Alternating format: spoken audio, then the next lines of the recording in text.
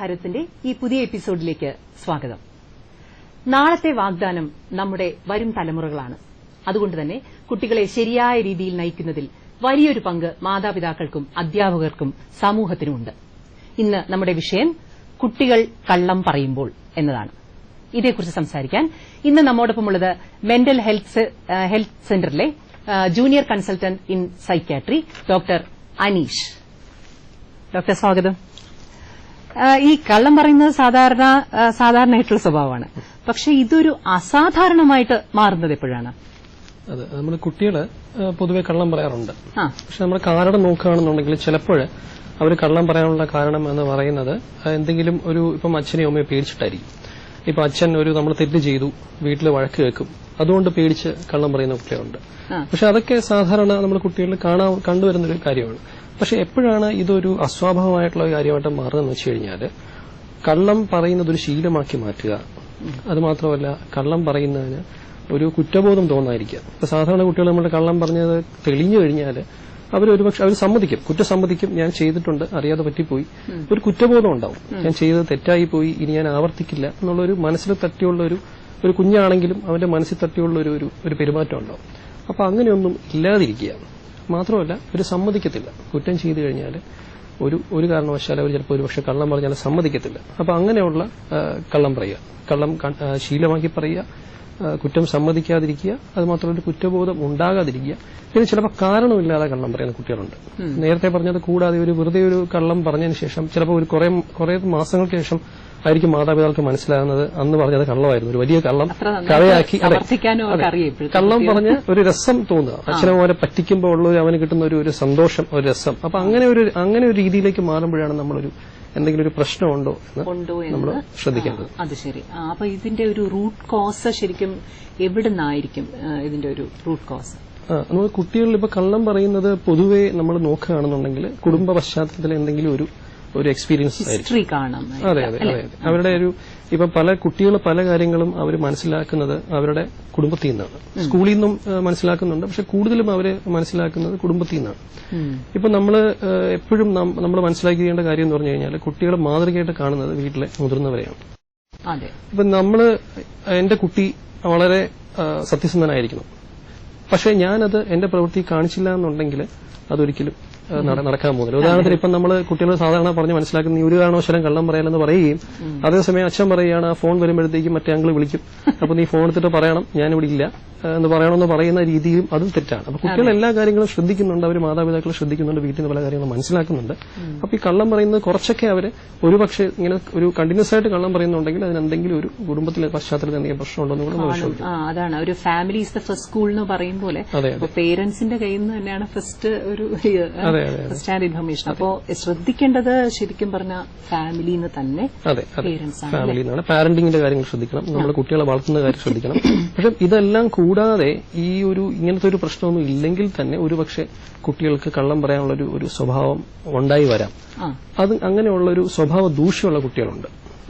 അതായത് നമ്മുടെ contact disorder ജനിതകമായിട്ട് കുറച്ച് ഈ പറഞ്ഞ സ്വഭാവ ദൂഷ്യം എന്ന് പറഞ്ഞിട്ടുള്ള ഒരു ഡിസോർഡർ, കോണ്ടാക്ട് ഡിസോർഡർ ഉണ്ടെങ്കിൽ അതിന് കുറച്ചൊക്കെ ജനിതകമായിട്ടുള്ള ഒരു അടിത്തറ ഉണ്ടാവും. പക്ഷെ അങ്ങനെയുള്ള കുട്ടികൾ എന്താണെന്ന് വെച്ചാൽ ഈ കള്ളം പറയുന്നത് മാത്രമല്ല മറ്റ് ഒരു സാമൂഹ്യപരമല്ലാത്ത ചില പ്രത്യേകതകൾ ഉണ്ടാവും. ഇപ്പൊ ഉദാഹരണം പറയുകയാണെങ്കിൽ കള്ളം പറയുന്നത് കൂടാതെ മോഷ്ടിക്കുക, അല്ലെങ്കിൽ ക്ലാസ് ഒരുപാട് കട്ട് ചെയ്യുക, ലഹരി വസ്തുക്കൾ ഉപയോഗിക്കുക, മുതിർന്നവരെ അല്ലെങ്കിൽ ഇളയ കുട്ടികളോടൊക്കെ അവരെ ശാരീരികമായിട്ട് പീഡിപ്പിക്കുക, മറ്റുള്ളവർ വേദനിക്കുന്ന കാണുമ്പോൾ ഒരു സന്തോഷം തോന്നുക. അപ്പൊ അങ്ങനെ പല പല തലത്തിലുള്ള ഒരു സമൂഹത്തിനെതിരായിട്ടുള്ള പ്രവൃത്തിയുള്ള കുട്ടികൾ ഡെവലപ്പ് ചെയ്യുന്നു. അതെ, സ്വഭാവ ദൂഷ്യമുള്ള ഒരുപാട് കുട്ടികളുണ്ട്. അതൊരു ശരിക്കും പറഞ്ഞാൽ ഇന്നത്തെ നമ്മുടെ സമൂഹത്തിൽ ഒരുപാട് പേര് അറിഞ്ഞിരിക്കേണ്ട ഒരു ശരിക്കും പറഞ്ഞാൽ കുട്ടികളിൽ കണ്ടുവരുന്ന ഒരു പ്രശ്നമാണ്. അത് നമ്മൾ ശരിയായ രീതിയിൽ അവയർനെസ് വേണ്ടതും അതിനെക്കുറിച്ച് സമൂഹം മനസ്സിലാക്കേണ്ടതും വളരെ അത്യാവശ്യമാണ്. ഈ കൊച്ചു പ്രായത്തില് കൊച്ചു കുഞ്ഞുങ്ങള് ഞാൻ എടുത്തില്ല അമ്മ അങ്ങനെയൊക്കെ പറയുന്ന ആ ഒരു സ്റ്റേജ് നമുക്ക് അക്സെപ്റ്റബിൾ ആണ് അല്ലെ? അത് കഴിഞ്ഞിട്ട് നമ്മൾ ഏത് ഏജ് ലിമിറ്റ് എത്രത്തോളം കഴിയുമ്പോഴാണ് നമ്മൾ? അല്ല, ഞാൻ ഉദ്ദേശിച്ചത് ഈ കള്ളം പറയുക എന്ന് പറയുന്നത് നേരത്തെ പറഞ്ഞതുപോലെ വളരെ ശീലമായി കള്ളം പറയുക, കുറ്റവും തോന്നാതിരിക്കുക, എന്ത് പറഞ്ഞാലും സമ്മതിക്കാതിരിക്കുക, ഇതൊക്കെയാണ് പ്രശ്നം. പക്ഷെ നമ്മൾ ഈ സ്വഭാവ ദൂഷ്യത്തിലോട്ട് പോകുമ്പോൾ അവിടെ ഈ ആദ്യം നമ്മൾ കാണുന്നത് കള്ളം പറയുന്നതാണെങ്കിൽ കുറച്ച് കഴിയുമ്പോൾ ഇത്തരം കുട്ടികളിൽ വേറെ ചില പ്രത്യേകതകളും വരും. ഇതിൽ നിന്ന് ഡെവലപ്പ് ബോധപൂർവം കള്ളം പറയുമ്പോഴാണ് അതൊരു ബോധപൂർവം കള്ളം പറഞ്ഞ് അതൊരു വളരെ പ്ലാൻഡ് ആയിട്ട് വളരെ ആലോചിച്ച് കള്ളം പറഞ്ഞ് മറ്റുള്ളവരെ ഫലപ്രദമായിട്ട് പറ്റിച്ചിട്ട് അതിലൊരു ആനന്ദം കിട്ടുന്ന കുട്ടികളുണ്ട്. അതാണ് സ്വഭാവ ദൂഷ്യം ഉണ്ടാകുന്നതിന്റെ ഒരു ആദ്യ ലക്ഷണം എന്ന് പറയുന്നത്. ചെറിയ പ്രായത്തിൽ നമ്മൾ അങ്ങനെ കാണാം. അങ്ങനെയുള്ള കുട്ടികളാണ് വളർന്നു വരുമ്പോൾ ഈ പറഞ്ഞ നമ്മൾ ക്രിമിനൽസ് ആയിട്ടും അല്ലെങ്കിൽ ആന്റി സോഷ്യലൊക്കെ ആയിട്ട് മാറാൻ സാധ്യതയുള്ളത്. സോഷ്യൽ ബിഹേവിയർ അവിടുന്ന് സ്റ്റാർട്ട് ചെയ്യും. അതെ, ഇങ്ങനെ ചെറിയ ഓരോ കാര്യങ്ങൾ ആ കുട്ടി മനസ്സിലാക്കുകയും കുട്ടിയുടെ സ്വഭാവത്തിൽ ഓരോരോ ചെറിയ മാറ്റങ്ങൾ വന്നു കഴിയുമ്പോൾ നമ്മൾ കാര്യമായിട്ട് അത് ശ്രദ്ധിച്ചിട്ടില്ല. ഇപ്പൊ ചില ആൾക്കാരാണെങ്കിൽ അത് അവന്റെ കുസൃതിയാണ്, അല്ലെങ്കിൽ അവന്റെ പാരമ്പര്യമായിട്ട് ചിലപ്പം അച്ഛനോ അല്ലെങ്കിൽ വല്യച്ഛനോ കുറച്ചൊരു ദേഷ്യക്കാരനാണ്, വാശിക്കാരനാണ്, ഗണിശക്കാരനാണെന്നൊക്കെ പറഞ്ഞ് നമ്മൾ കുട്ടിയുടെ ശരിയായിട്ടുള്ള ആ ഒരു മാനസികമായിട്ടുള്ള പ്രശ്നം മനസ്സിലാക്കാതിരുന്നു കഴിഞ്ഞാൽ കാലക്രമേണ അതൊരു കോണ്ടക്ട് ഡിസോർഡർ അല്ലെങ്കിൽ ആന്റി സോഷ്യൽ ടെൻഡൻസി അല്ലെങ്കിൽ ക്രിമിനൽ ബിഹേവിയർ എന്ന് പറഞ്ഞിട്ടുള്ള സമൂഹത്തിന് എതിരായിട്ടുള്ള ആൾക്കാരുടെ ഒരു പേഴ്സണാലിറ്റി ആയിട്ട് അത് മാറും. അപ്പോൾ അത് ശ്രദ്ധിക്കേണ്ട കാര്യമാണ്. അപ്പോൾ ഈ പിന്നെ ഇത് ഫാമിലിയിലല്ലാതെ തന്നെ ഇവര് വെളിയിൽ സ്കൂളിൽ പോയി തുടങ്ങുന്ന സമയത്ത് ഈ സ്കൂളിൽ നിന്നും കുട്ടികൾ കള്ളം പറയുന്നത് കേട്ടിട്ട് അത് ഒരു അനുകരിക്കാനുള്ള ഒരു ടെൻഡൻസി ആ കുട്ടികൾക്ക് തോന്നിയിട്ട് അത് വീട്ടിൽ വന്ന് കഴിയുകയാണെങ്കിൽ നമ്മൾ എന്തായിരിക്കണം അതിനൊരു ഇതിടേണ്ടത്, തടയിടേണ്ടത് പേരൻസ് എങ്ങനെയായിരിക്കണം? അതായത് നമ്മളിപ്പം ഞാൻ നേരത്തെ പറഞ്ഞ പോലെ നമ്മളെപ്പോഴും ഒരു എക്സാമ്പിൾ സെറ്റ് ചെയ്യണം. ഒരു സത്യസന്ധനാണ്, എന്റെ കുട്ടി ഹോണസ്റ്റ് ആണ്, എന്റെ കുട്ടി സത്യസന്ധനാണെന്ന് വിചാരിക്കുന്ന ഒരു പാരന്റ് അത് അവന് പറഞ്ഞു കൊടുക്കുകയല്ല, നേരെ മറിച്ച് പ്രവൃത്തിയിലൂടെ അവനെ പഠിപ്പിക്കുകയാണ് വേണ്ടത്. പിന്നെ അവൻ ചെറിയ കാര്യങ്ങൾ നല്ല കാര്യങ്ങൾ ചെയ്യുമ്പോൾ നമ്മൾ അതിനെ ഒന്ന് സപ്പോർട്ട് ചെയ്യണം, നമ്മളത് കണ്ടെന്ന് വരുത്തണം. ഇപ്പം നമ്മൾ എപ്പോഴും അച്ഛനമ്മമാര് പറയുന്ന ഒരു കാര്യമാണ് എന്റെ കുഞ്ഞ് ഞാൻ പറയുന്നത് ശ്രദ്ധിക്കുന്നില്ല. പക്ഷെ നമ്മൾ വേറെ കാര്യം മനസ്സിലാക്കണം, എത്ര അച്ഛനമ്മമാര് കുഞ്ഞുങ്ങൾ പറയുന്നത് ശ്രദ്ധിക്കാറുണ്ട്. ഇപ്പൊ നമ്മൾ ടി വി കണ്ടുകൊണ്ടിരിക്കുകയാണ്, ഒരു ഇൻട്രസ്റ്റിംഗ് ആയിട്ടുള്ള ഒരു സീരിയൽ നടന്നുകൊണ്ടിരിക്കുകയാണ്, ഒരു കുട്ടി വന്നിട്ട് എന്തെങ്കിലും വരച്ചൊരു കാര്യം കാണിക്കുകയോ അല്ലെങ്കിൽ ക്ലാസ്സിൽ സംഭവിച്ചൊരു കാര്യം പറയുകയാണ്, എത്ര മാതാപിതാക്കൾ അത് ശ്രദ്ധിച്ചിരുന്ന് കേൾക്കും. അപ്പൊ നമ്മൾ അത് ചെയ്യാതെ നമ്മൾ പിന്നീട് നമ്മുടെ ആവശ്യം കുട്ടിയോട് പോയി നമ്മൾ സംസാരിച്ചിട്ട് അവൻ ഞാൻ പറഞ്ഞ ശ്രദ്ധിക്കുന്നില്ല എന്ന് മാതാപിതാക്കളെ വിഷമിച്ചിട്ട് കാര്യമില്ല. അപ്പൊ ഈ പറഞ്ഞ ചെറിയ കാര്യങ്ങൾ നമ്മൾ ശ്രദ്ധിക്കുക. കുട്ടി തീർച്ചയായിട്ടും അവന്റെ ലോകം അവന്റെ വീടാണ്. ആദ്യം പഠിക്കുന്നത് അവന്റെ വീട്ടിൽ നിന്നാണ്, പിന്നെ പഠിക്കുന്നത് അവന്റെ ക്ലാസ്സിൽ നിന്നാണ്, പിന്നെ പഠിക്കുന്നത് അവന്റെ ഫ്രണ്ട്സിൽ നിന്നാണ്. അപ്പൊ നമ്മൾ ഈ എല്ലാ സ്ഥലങ്ങളിലും നമ്മൾ വേണ്ട രീതിയിലുള്ള ശ്രദ്ധ കൊടുത്തു കഴിഞ്ഞാൽ ഈ പറഞ്ഞ സ്വഭാവ ദൂഷ്യങ്ങളൊക്കെ വരുന്ന ഒരു പരിധിവരെ നമുക്ക് അവോയ്ഡ് ചെയ്യാൻ പറ്റും. ഒരു ഇടവേളയ്ക്ക് ശേഷം തിരിച്ചു വരാം. ഡോക്ടർ, ഈ ഫിലിമിലൊക്കെ ചിലപ്പോൾ നമ്മൾ ഈ കാണുമ്പോൾ മിക്കവാറും എല്ലാവരും ഈ വില്ലൻ വേഷങ്ങളും ഈ ഫിസിക്കൽ അപ്പിയറൻസിനെയാണ് ഒരാള് വില്ലനായിട്ട് എപ്പോഴും നമ്മൾ കണക്കാക്കാറ്. അപ്പോൾ വലിയ മുടിയൊക്കെ നീട്ടി വളർത്തി വലിയൊരു ആചാനബാഹുവായിട്ടുള്ള ഒരാള് ഇങ്ങനെ ഭയങ്കര ഇതായിട്ടൊക്കെ വരുന്ന ഒരാളെയാണ് വില്ലൻ എന്ന് നമ്മൾ സാധാരണ. അപ്പൊ അയാളുടെ ഒരു ഇന്റേണൽ ബിഹേവിയർ നമ്മൾ അത് കണക്കിലെടുക്കുന്നേ ഇല്ല. അപ്പൊ അങ്ങനെ അതാണോ ശരിക്കുള്ള വില്ലൻ, അതോ ശരിക്കുള്ള ഒരു വില്ലൻ ഒളിഞ്ഞിരിപ്പുണ്ടോ? അതെ, നല്ല ചോദ്യമാണ്. അതായത് നമ്മൾ ഈ കുട്ടികളുടെ കാര്യം പറയുമ്പോഴും അതിനൊരു പ്രാധാന്യമുണ്ട്. അതായത് നമ്മൾ മനസ്സിലാക്കിയിരിക്കുന്നത് നമ്മുടെ സമൂഹത്തിലെ പല ചിത്രങ്ങളും അല്ലെങ്കിൽ പല സീരിയലുകളും നമ്മളെ പഠിപ്പിച്ചിരിക്കുന്നത് ഒരു വില്ലൻ എന്ന് പറയുന്നത് ഒരു ഫിസിക്കൽ അപ്പിയറൻസിന് ഒരുപാട് പ്രാധാന്യമുള്ള ഒരാളാണ്. കറുത്തിരിക്കും, തടിച്ചിരിക്കും, ഉണ്ടക്കണ്ണ്, അങ്ങനെ ചോരക്കണ്ണ്, അതൊക്കെയാണ്. പക്ഷെ ശരിക്കും യഥാർത്ഥത്തിൽ ശരിക്കുള്ള ജീവിതത്തിൽ അങ്ങനെ ആയിരിക്കത്തില്ല. അപ്പം നമ്മൾ ഈ ക്രിമിനൽ സ്വഭാവമുള്ള ആൾക്കാർ അല്ലെങ്കിൽ ക്രിമിനൽ സ്വഭാവമുള്ള കുട്ടികളൊക്കെ അവര് വെളിയിൽ നോക്കുമ്പോൾ അവര് മറ്റേത് കുട്ടിയെ പോലെയും ചിലപ്പം സാധാരണ രീതിയിൽ നോക്കുന്ന കുട്ടികളായിരിക്കും. ചിലപ്പോൾ ഒരുപക്ഷെ അവർ നല്ല രീതിയിൽ വസ്ത്രധാരണം ചെയ്യുകയും നല്ല രീതിയിൽ പെരുമാറുകയും ചെയ്യുന്ന ഇംപ്രസീവ് ആയിട്ടുള്ള നല്ല വെൽ ഡ്രസ്ഡ് ആയിട്ടുള്ള ആൾക്കാരായിരിക്കും. പക്ഷെ ഇവരുടെ പ്രശ്നം ചില മനസ്സിലാണ്. അതായത് മറ്റൊരാൾ വേദനിക്കുന്ന കാണുമ്പോൾ നമുക്ക് ഒരു സന്തോഷം ഉണ്ടാകും. ഇപ്പൊ നമുക്കറിയാം സാധാരണ ആൾക്കാർക്ക് ഇപ്പം മനസ്സിന് സന്തോഷം ഉണ്ടാകും നമ്മളിപ്പോൾ അമ്പലത്തിൽ പോയി പ്രാർത്ഥിക്കുക, അല്ലെങ്കിൽ നല്ലൊരു കാര്യം ചെയ്യുക, അല്ലെങ്കിൽ ഒരു സഹായം ആവശ്യപ്പെടുന്ന ഒരാളെ നമ്മൾ സഹായിക്കുക. അപ്പൊ ഇതൊക്കെ ചെയ്യുമ്പോഴാണ് നമുക്ക് സന്തോഷം കിട്ടുന്നത്. പക്ഷെ ഒരു ക്രിമിനലായിട്ടുള്ള ഒരാൾക്ക് അല്ലെങ്കിൽ ആന്റി സോഷ്യൽ ഉള്ള ആൾക്ക് ഇതേ സന്തോഷം കിട്ടുന്നത് അയാള് മറ്റുള്ളവർ വേദനിക്കുന്ന കാണുമ്പോഴാണ്. ഒരു സാഡിസ്റ്റ് എന്ന് പറയാം, അങ്ങനെ വേണമെങ്കിൽ പറയാം. ഇപ്പൊ കുട്ടികളിലും ഈ ഒരു കാര്യമാണ് സംഭവിക്കുന്നത്. അപ്പൊ നമ്മൾ ചെറിയ കുട്ടികളെ ഇപ്പം കോണ്ടാക്ട് ഡിസോർഡർ സ്വഭാവ ദൂഷ്യമുള്ള കുട്ടികളെ വളരെ ചെറിയ പ്രായത്തിൽ അവരിപ്പം ചെയ്യുന്നതെന്ന് വെച്ചാൽ ചില ജന്തുക്കളെ പിടിച്ച് താഴെയിട്ട് കൊല്ലുക, അല്ലെങ്കിൽ ഈ മിണ്ടാപ്രാണികളോടുള്ള ക്രൂര സ്വഭാവങ്ങൾ കാണിക്കുക, സിബ്ലിങ്സിനെ. അത് കുറച്ചുകൂടെ കഴിയുമ്പോൾ കുറച്ചൊന്ന് നടക്കാറൊക്കെ ആകുമ്പോഴത്തേക്കും പ്രായത്തിൽ കുറഞ്ഞ കുട്ടികളെ എടുത്തുകൊണ്ട് വിളിക്കൊണ്ട് പിച്ചുക, അല്ലെങ്കിൽ എണീക്കാൻ വയ്യാതെ കിടപ്പിലായ ആൾക്കാരെയൊക്കെ ഉപദ്രവിക്കുക. കുറച്ചുകൂടെ കഴിയുമ്പോൾ, കുറച്ചുകൂടെ വളർന്നു കഴിയുമ്പോൾ എന്താ സംഭവിക്കുന്നത് വെച്ചാൽ ഇത് ക്രമേണ കൂടി ഒരു നല്ല പ്രായം എത്തുമ്പോഴത്തേക്കും ലഹരി മരുന്നുകൾ ഉപയോഗിക്കുക, അതെ അതെ. അത് ക്രമേണ നമ്മുടെ ഓരോ പ്രായത്തിന്റെ ഒരു വളർച്ച അനുസരിച്ച് അവരുടെ ഈ സ്വഭാവം മാറി മാറി വരും. ഇതൊരു മെന്റൽ ഡിസോർഡർ എന്ന് അതെ തീർച്ചയായിട്ടും അങ്ങനെ അതെ സ്വഭാവ ദൂഷ്യം കാലക്രമേണ നമ്മൾ ശരിയായ രീതിയിൽ അതിന് വേണ്ടിയിട്ടുള്ള ചികിത്സ ചെയ്തില്ല എന്നുണ്ടെങ്കിൽ അവർ ഒരു പ്രായം കഴിയുമ്പോൾ അവർ ക്രിമിനൽസ് ആയിട്ട് മാറും, അല്ലെങ്കിൽ ആന്റി സോഷ്യൽ എന്ന് പറയുന്ന ആൾക്കാരായിട്ട് മാറും, സാമൂഹ്യ വിരുദ്ധരായിട്ട് മാറും. അങ്ങനെ ആയിക്കഴിഞ്ഞാൽ അതൊരു സ്വഭാവം ആയിക്കഴിഞ്ഞാൽ പിന്നെ നമുക്കൊന്നും കാര്യമായിട്ട് ചെയ്യാൻ ബുദ്ധിമുട്ടാണ്. അതുകൊണ്ട് ചെറിയ പ്രായത്തിൽ തന്നെ നമ്മൾ വേണ്ട രീതിയിലുള്ള അവർക്ക് വേണ്ട പരിഗണന കൊടുക്കണം. വ്യത്യാസം ഇതിന് മെഡിക്കേഷൻ സ്റ്റാർട്ട് ചെയ്യേണ്ട വല്ല കേസസും വരുമോ ഇങ്ങനത്തെ ഉള്ള? അതെ തീർച്ചയായിട്ടും. അതായത് ഇപ്പം ഈ സ്വഭാവ ദൂഷ്യം നമ്മൾ നോക്കുകയാണെന്നുണ്ടെങ്കിൽ ഒരു നല്ല ശതമാനം കുട്ടികളിലും ഈ സ്വഭാവ ദൂഷ്യത്തിന്റെ കൂടെ ഈ വേറെ എന്തെങ്കിലും മാനസികമായിട്ടുള്ള പ്രശ്നങ്ങളുണ്ടാവും. ഇപ്പം ADHD പോലുള്ള അസുഖങ്ങൾ, ഹൈപ്പർ ആക്ടിവിറ്റി അല്ലെങ്കിൽ ഹൈപ്പർ കൈനറ്റിക് ഡിസോർഡർ എന്ന് പറഞ്ഞുള്ള അസുഖങ്ങൾ, അതൊരു നല്ല ശതമാനം ഈ സ്വഭാവ ദൂഷ്യമുള്ള കുട്ടികളെ കാണുന്നുണ്ട്. അപ്പൊ അങ്ങനെയൊക്കെ വരുമ്പോഴത്തേക്കും വേറെ എന്തെങ്കിലും ഈ പറഞ്ഞ പോലെ മറ്റ് അസുഖങ്ങൾ ഉണ്ടെന്നുണ്ടെങ്കിൽ നമ്മൾ അതിന്റെ മരുന്ന് നേരത്തെ തന്നെ കൊടുക്കുക എന്നുള്ളത് വളരെ പ്രധാനമാണ്. അപ്പം ഇത് ആദ്യം കൌൺസിലിംഗിൽ സ്റ്റാർട്ട് ചെയ്ത് അത് പറ്റാതെ വരുമ്പോഴാണോ ഈ മെഡിക്കേഷൻ? അതോ? അതെ, രണ്ട് രീതിയിലും പറയാം. ഇപ്പൊ നമുക്ക് അസുഖം ഒരു മരുന്ന് കൊടുത്ത് മാറാവുന്ന ഒരു അസുഖമാണ് ഇതിന്റെ പിന്നിലുള്ള ഒരു പ്രധാനപ്പെട്ട കാരണം എന്ന് മനസ്സിലാക്കുകയാണെന്നുണ്ടെങ്കിൽ ADHD എന്ന് പറഞ്ഞു കഴിഞ്ഞാൽ ഏറ്റവും കൂടുതൽ മരുന്ന് കൊണ്ട് ചികിത്സിച്ച് മാറ്റാവുന്ന ഒരു അസുഖമാണ്. അപ്പൊ അങ്ങനെയാണെന്നുണ്ടെങ്കിൽ നമ്മൾ അത് മരുന്ന് കൊടുക്കുമ്പോൾ തന്നെ ഈ സ്വഭാവത്തിൽ വ്യത്യാസം വരും. അതല്ല ഇപ്പം ഈ പറഞ്ഞ പോലെ മാനസികമായിട്ടുള്ള വേറെ അസുഖങ്ങളൊന്നുമില്ല, ഈ സ്വഭാവ ദൂഷ്യം മാത്രമേ ഉള്ളൂ, അവന്റെ വീട്ടിലത്തെ പ്രശ്നങ്ങളാണ്, അല്ലെങ്കിൽ അവന് തന്നെയുള്ള മാനസികമായിട്ടുള്ള ചില ബുദ്ധിമുട്ടുകളാണെന്നുണ്ടെങ്കിൽ സൈക്കോളജിസ്റ്റിന്റെ സേവനം കൊണ്ട് തീർച്ചയായിട്ടും അവരുടെ സ്വഭാവത്തിൽ നമുക്ക് മാറ്റിയെടുക്കാൻ പറ്റും. കൌൺസിലിംഗ് ഒരു വലിയൊരു ഘടകമാണ്. പക്ഷെ അത് എത്രയും നേരത്തെ കൊടുക്കാൻ നമ്മൾ ശ്രമിക്കണം. അത് അപ്പോ ഈ കുട്ടികൾക്കാണോ അതോ പേരന്റ്സിനാണോ കൊടുക്കേണ്ടത്? തീർച്ചയായിട്ടും കുട്ടികൾക്കാണ് കൌൺസിലിംഗിന്റെ ആവശ്യം. പിന്നെ തീർച്ചയായിട്ടും അവന്റെ വീട്ടിലെ സാഹചര്യം കൂടെ മനസ്സിലാക്കി അച്ഛനമ്മമാരോട് സംസാരിച്ച് അവർക്ക് വേണ്ടിയിട്ടുള്ള കൌൺസിലിംഗ് നമ്മൾ കൊടുക്കും, പാരന്റൽ കൌൺസിലിംഗ് കൊടുക്കും. പക്ഷെ അത് ഒരു ഗൈഡൻസ് ആണ് നമ്മൾ കൊടുക്കുന്നത്. കുട്ടിയുടെ സ്വഭാവമാണ് നമ്മൾ ഫോക്കസ് ചെയ്യുന്നത്, കുട്ടിയുടെ സ്വഭാവം മാറ്റാനാണ് നമ്മൾ ശ്രമിക്കുന്നത്. പാരന്റൽ സപ്പോർട്ട് തീർച്ചയായിട്ടും ആവശ്യമുണ്ട്. അവന്റെ സാഹചര്യത്തിൽ അവന്റെ ഗൃഹാന്തരീക്ഷത്തിൽ എന്തെങ്കിലും പ്രത്യേകതകളുണ്ട്, അതാണ് എന്തെങ്കിലും കാരണം അവന്റെ അച്ഛനമ്മമാർക്ക് എന്തെങ്കിലും കൌൺസിലിംഗിന്റെ ആവശ്യമുണ്ടെന്നുണ്ടെങ്കിൽ തീർച്ചയായിട്ടും നമ്മൾ അച്ഛനമ്മമാരെ കൊടുക്കും. ഈ അഡോളസന്റ് പീരീഡിലുള്ളതും ടീനേജ് പീരീഡിലുള്ളതും വ്യത്യാസമല്ലേ? നമുക്ക് ഈ ഒരു കള്ളം പറയുന്ന രീതികൾ തന്നെ അല്ലേ രണ്ടും?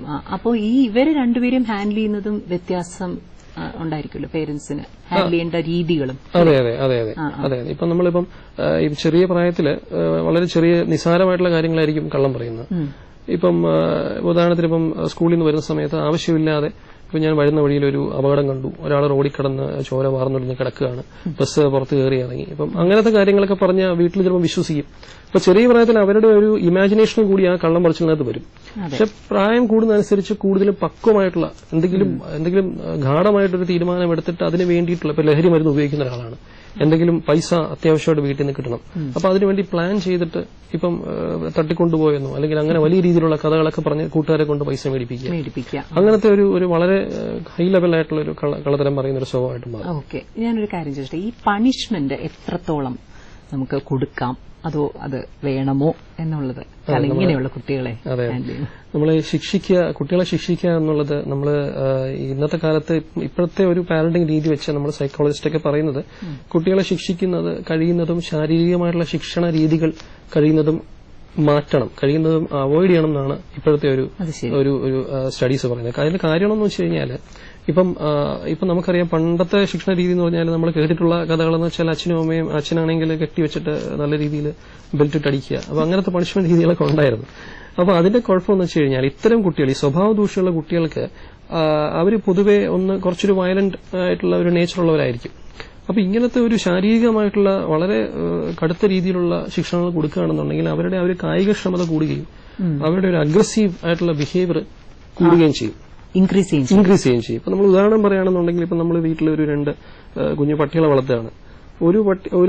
ഒരു പട്ടിക്കുട്ടിയെ നമ്മൾ നല്ല രീതിയിൽ കെട്ടിയിട്ട് അടി കൊടുത്ത് അതിനെ നല്ല ഉപദ്രവിച്ച കാര്യങ്ങൾ പറഞ്ഞു കൊടുക്കുകയും മറ്റേ പട്ടിക്കുട്ടി അങ്ങനെയൊന്നും ചെയ്യാതെ അവൻ നല്ല കാര്യങ്ങൾ ചെയ്യുമ്പോൾ നമ്മൾ ശ്രദ്ധിക്കുക, അവന് ഇഷ്ടപ്പെട്ട ഭക്ഷണം നൽകുക, ആ രീതിയിൽ വളർത്തിക്കൊണ്ടുവരികയാണെങ്കിൽ കാലക്രമേണ എന്താ സംഭവിക്കുന്നത് വെച്ചാൽ കുറെ വർഷം കഴിയുമ്പോഴത്തേക്കും ഈ നമ്മൾ അടിച്ച് വളർത്തിയ പട്ടി ഒരു അഗ്രസീവായിട്ടുള്ള ഒരു എപ്പോഴും കുരയ്ക്കുന്ന രൗദ്ര സ്വഭാവമുള്ള ഒരു വയലന്റ് ആയിട്ടുള്ള മറ്റത് കുറച്ച് അനുസരണയൊക്കെയുള്ള ഒരു പറഞ്ഞ കേൾക്കുന്ന ഒരു അപ്പൊ ആ ഒരു കാര്യം നമ്മൾ പണിഷ്മെന്റ് കഴിയുന്നതും നമ്മൾ ഫിസിക്കൽ പണിഷ്മെന്റ് അവോയ്ഡ് ചെയ്യുക. ഡോക്ടർ ഒരു കോൾ ഉണ്ട്. Hello hello hello. എവിടുന്നാണ് വിളിക്കുന്നത്? ചേട്ടാനിഗ്രഹനാ വിളിക്കുന്നത്. ആരാണ്? പേര് പറയൂ. ലിജി. ലിജി. ഡോക്ടറോട് സംസാരിച്ചോളൂ. Hello doctor. എന്റെ കുഞ്ഞിന് 4 വയസ്സായേ. അവള് മുതിർന്നവരെ ഉപദ്രവിക്കുകയൊക്കെ ചെയ്യുന്നുണ്ട്.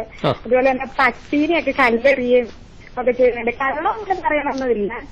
4 വയസ്സായോളൂ.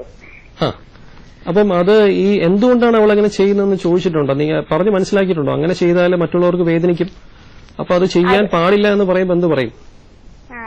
അങ്ങനെയൊക്കെ പറഞ്ഞു കൊടുത്തിട്ടുണ്ട്.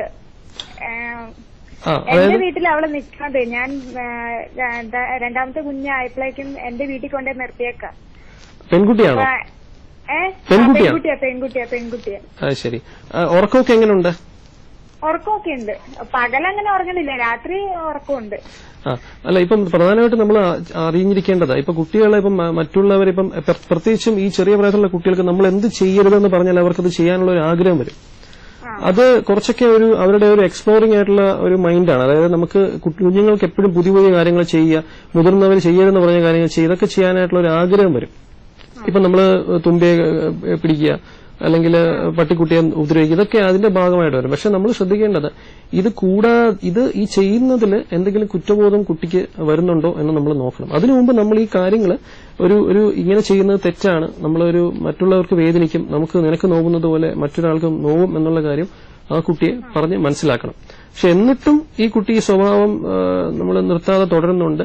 അതിന്റെ കൂടെ ഈ നേരത്തെ പറഞ്ഞ കള്ളത്തരങ്ങളൊക്കെ ഒരുപാട് പറയുക, മോഷ്ടിക്കുക, അങ്ങനത്തെ വേറെ എന്തെങ്കിലും സ്വഭാവം കൂടി വന്നാൽ മാത്രമേ നമ്മൾ അതിനെ ഒരു കാര്യമായിട്ട് എടുക്കേണ്ട കാര്യമുള്ളൂ. അല്ലാന്നുണ്ടെങ്കിൽ ഇപ്പൊ ഈ ഉപദ്രവിക്കുക എന്നുള്ളത് അങ്ങനെ കാര്യമാണ്. അപ്പൊ അവളെ പറഞ്ഞ് മനസ്സിലാക്കി തീർച്ചയായിട്ടും നമുക്ക് അവളുടെ സ്വഭാവം മാറ്റിയെടുക്കാൻ പറ്റും. വിളിച്ചതിന് നന്ദി കേട്ടോ. ഇടവേളയ്ക്ക് ശേഷം തിരിച്ചു.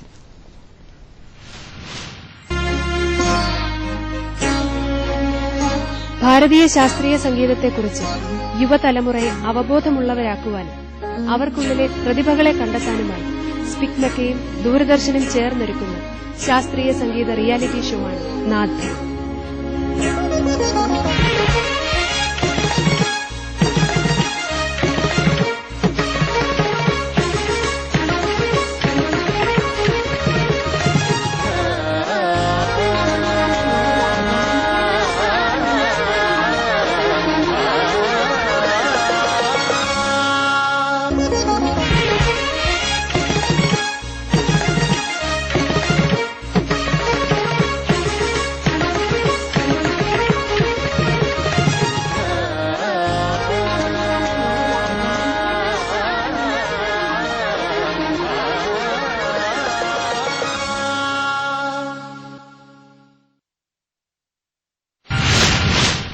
തിരിച്ചു വരാം.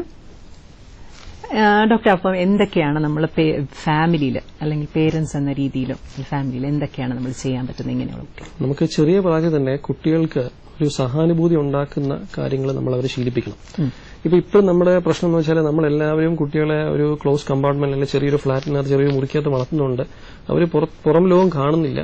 അവര് എന്താ പറയാ, മറ്റുള്ളവരുടെ മനസ്സിൽ എന്താണ് തോന്നുന്നത്, അല്ലെങ്കിൽ വെളിയിൽ പോയി മറ്റു കുട്ടികളോട് ഇടപഴകുന്നത് കുറവാണ്. അപ്പൊ അതിനൊക്കെ നമ്മൾ കൂടുതൽ ഒരു കാര്യങ്ങൾ ചെയ്യണം. ഇപ്പൊ സഹാനുഭൂതി, കുട്ടികളിലെ ഒരു സഹാനുഭൂതി അല്ലെങ്കിൽ എമ്പതി വളർത്താനായിട്ട് നമുക്ക് ചെയ്യാവുന്ന കാര്യങ്ങളെന്ന് പറഞ്ഞു കഴിഞ്ഞാൽ, വീട്ടിലിപ്പം നമ്മൾ ഒന്നിച്ച് സംസാരിക്കുന്ന സമയത്ത് പല മറ്റുള്ളവരുടെ വിഷമങ്ങൾ നമ്മൾ സംസാരിക്കുമ്പോൾ കുട്ടികളെ ഒരു ചെറിയ പ്രായം കഴിഞ്ഞ 7 വയസ്സ് കഴിഞ്ഞ കുട്ടികളെ നമ്മൾ അതിനകത്ത് ചെറിയ രീതിയിൽ ഇൻക്ലൂഡ് ചെയ്യണം. എന്നിട്ട് അവരോട് അതിന്റെ അഭിപ്രായങ്ങൾ ചോദിക്കണം. ഇപ്പൊ നമ്മൾ ഒരാളെ അസുഖം വയ്യാതെ ആശുപത്രി കിടക്കുമ്പോൾ നമ്മൾ അവരെ കാണാൻ പോവാണ്. അപ്പൊ കാണാൻ പോകുമ്പോൾ ഈ കുഞ്ഞിനെ കൂടെ നമുക്ക് കൊണ്ടുപോകാം. അപ്പോഴാണ് അവന് മനസ്സിലാകുക, അപ്പം അച്ഛനും അമ്മയ്ക്കും ഇങ്ങനെ ഒരു അസുഖമുള്ള ഒരാളെ കാണാൻ പോകുന്ന സമയത്ത് അവരോട് സംസാരിക്കുന്നുണ്ട്, അവരുടെ വിശേഷങ്ങളൊക്കെ ചോദിക്കുന്നുണ്ട്, അവർക്കൊരു ആശ്വാസം കൊടുക്കുന്നുണ്ട്. അപ്പൊ തീർച്ചയായിട്ടും നമ്മൾ എന്തെങ്കിലും ഗിഫ്റ്റ് കൊണ്ടുപോകണമെന്നുണ്ടെങ്കിൽ, കാണാൻ പോകുന്ന ആൾക്കാരെ ഫ്രൂട്ട്സ് ഒക്കെ മേടിച്ചുകൊണ്ട് പോകണമെന്നുണ്ടെങ്കിൽ കുട്ടികളെ കൊണ്ട് നമുക്ക് പഠിപ്പിക്കാം. ഷെയറിംഗ് കുട്ടികളെ പഠിപ്പിക്കണം. ഇപ്പം ഒരു ചെറിയ കാര്യങ്ങൾ മേടിച്ചു കഴിഞ്ഞാൽ അത് മറ്റുള്ളവർ കൂടെ കൊടുത്തിട്ട് വേണം നീ കഴിക്കാൻ. ഇതെല്ലാം കുട്ടികളുടെ മറ്റുള്ള സോഷ്യൽ ആയിട്ടുള്ള ബിഹേവിയർ കൂട്ടും, സഹാനുഭൂതി കൂട്ടും. ചെറിയ കാര്യങ്ങൾ, ഇപ്പം നേരത്തെ പറഞ്ഞ പോലെ നമ്മൾ എക്സാമ്പിൾ സെറ്റ് ചെയ്യുക. നമ്മളൊരു കാര്യം കാണിച്ചു കൊടുത്തിട്ട് കുഞ്ഞിന് ഞാൻ സത്യസന്ധനാണെന്നുണ്ടെങ്കിൽ നമ്മൾ ആ രീതിയിൽ അവന് പറഞ്ഞ് മനസ്സിലാക്കി കൊടുക്കുക. ഇപ്പൊ കളിപ്പാട്ടങ്ങൾ മേടിക്കുമ്പോൾ പോലും നമ്മൾ ഈ കാര്യങ്ങൾ ശ്രദ്ധിക്കണം. ഇപ്പൊ നമ്മൾ സാധാരണ മേടിക്കുന്നത് തോക്ക് അല്ലെങ്കിൽ റോക്കറ്റ്. അപ്പൊ അങ്ങനെ ഒരു കുട്ടികളുടെ അങ്ങനത്തെ ഒരു ചിന്താരീതി മാറ്റി ഇത് സോഷ്യൽ ആയിട്ടുള്ള കളിപ്പാട്ടങ്ങൾ. ഇപ്പം നമ്മൾ പണ്ട് ഒരുപാട് പേര് യൂസ് ചെയ്യുന്ന ഒരു ഡോക്ടർ സെറ്റ് ഉണ്ട്. അപ്പൊ അതുകൊണ്ടൊരു ഗുണമെന്ന് വെച്ച് കഴിഞ്ഞാൽ കുട്ടി ഇത് വെച്ചിട്ട് ആരെങ്കിലും വിളിച്ചിരുത്തി പരിശോധിച്ച് എന്താണ് അസുഖം, അല്ലെങ്കിൽ എത്ര ദിവസമായി, അപ്പൊ അങ്ങനെയൊക്കെ ചോദിച്ച് അവരുടെ ആ ഒരു സോഷ്യൽ പ്ലേ കൂടും. പിന്നെ അവൻ എന്തായി തീരും എന്നുള്ളത് വേറെ കാര്യം. പക്ഷെ അവന്റെ ആ ചെറിയ പ്രായത്തിൽ ഇങ്ങനത്തെ കളികൾ നമ്മൾ ഇങ്ങനത്തെ ടോയ്സ് മേടിച്ചു കൊടുക്കുകയാണ്. കുറച്ചുകൂടി മറ്റുള്ളവരുമായിട്ട് ഇടപഴകി കളിക്കാവുന്ന കളികൾ. ഇപ്പം സാധാരണ കുട്ടികൾ ബസ് കളിക്കുന്നത് നമ്മൾ കണ്ടിട്ടുണ്ടാവും. ഒരു ബസ് ഇങ്ങനെ ഓടിച്ച്. പക്ഷെ പണ്ടത്തെ കുട്ടികൾ ബസ് കളിക്കുന്ന അങ്ങനല്ല. പണ്ടത്തെ കുട്ടികൾ ബസ് കളിക്കുന്ന പറഞ്ഞു കഴിഞ്ഞാൽ ഇപ്പം അവൻ ബസ്സിൽ പോയി അനുഭവിച്ചുള്ളതുകൊണ്ട് സോഷ്യലായിട്ടാണ് കളിക്കുന്നത്. അതായത് ഇപ്പം ബസ് ഇപ്പൊ എടുക്കാൻ പോവാണ്, ഇപ്പൊ നമ്മൾ ബസ് സ്റ്റാൻഡിൽ നിന്ന് ബസ് തിരിക്കുകയാണ്, ഇപ്പൊ എല്ലാവരും കയറണം, കണ്ടക്ടറും കിളിയും ഡ്രൈവറും ഒക്കെ ഇവൻ തന്നെയാണ്. പിന്നെ ആൾക്കാരെ ഇറക്കുന്നതും ആൾക്കാർ റോഡ് ക്രോസ് ചെയ്യുന്നതെല്ലാം ഇവൻ തന്നെ, ഇവരുടെ ഇമാജിനേഷനിൽ ആ കളി വരുന്നുണ്ട്. അപ്പൊ അങ്ങനെയുള്ള മറ്റ്